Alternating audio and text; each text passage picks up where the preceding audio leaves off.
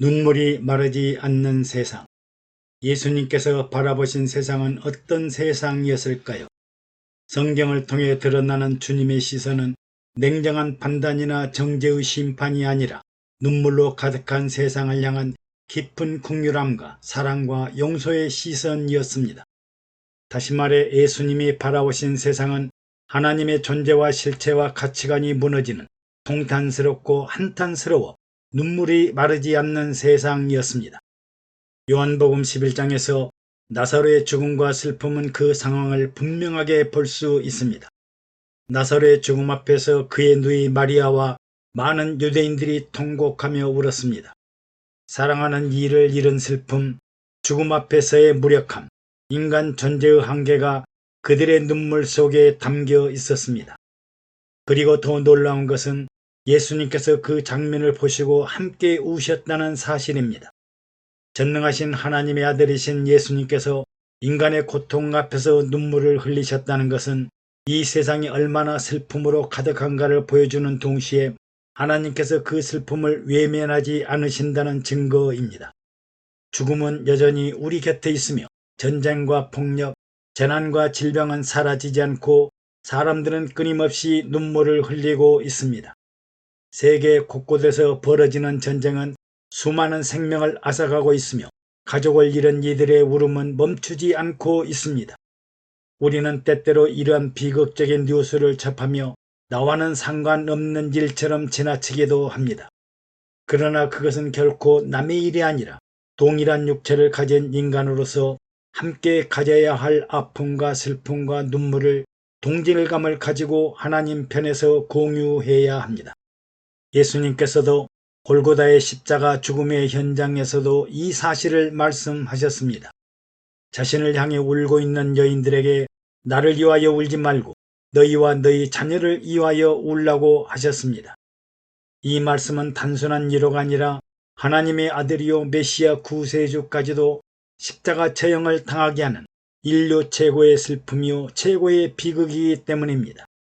예수님이 겪는 비참한 십자가 처형은 은혜와 복음을 모르는 세상, 메시아 구세주가 없는 세상에 장차 다가올 더 큰 고통과 심판, 그리고 인간의 죄로 인한 참혹한 비극적인 현상을 내다보신 말씀입니다. 예수님은 자신의 고통보다 이 세상과 다음 세대가 겪을 고통을 더 심각하게 생각하시고 눈물을 흘리셨습니다. 또한 예수님의 십자가 사건은 인간의 잔인함의 극치를 보이셨습니다.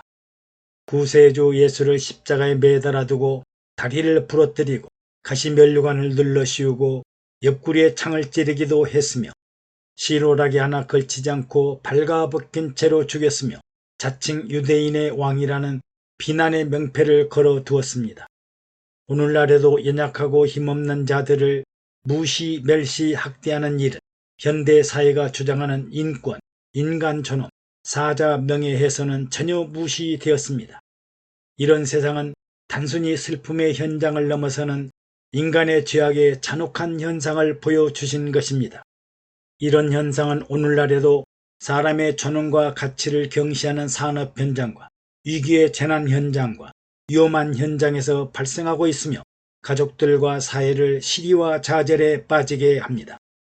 그래서 우리는 이 세상을 눈물이 마르지 않는 세상이라고 부를 수밖에 없습니다.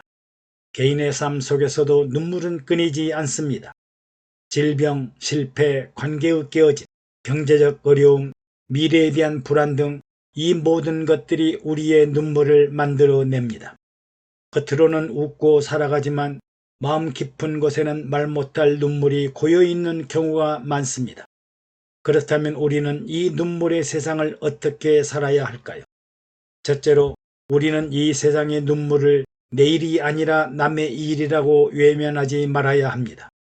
예수님처럼 타인의 아픔에 공감하고 함께 울 수 있는 예수님의 심장과 가슴과 마음을 가져야 합니다. 신앙은 현실을 도피하는 것이 아니라 오히려 더 깊이 현실을 바라보는 것입니다. 눈물의 현장 속으로 들어가는 것이 주님이 원하시는 참된 사랑과 믿음의 길입니다. 둘째로 우리는 우리의 눈물이 어디서 오는지를 마음속 깊이 깨달아야 합니다. 성경은 인간의 죄가 고통과 죽음을 가져왔다고 말합니다.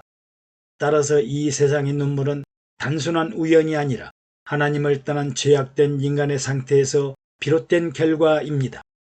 그러므로 우리는 회개하며 하나님께로 돌아가야 합니다.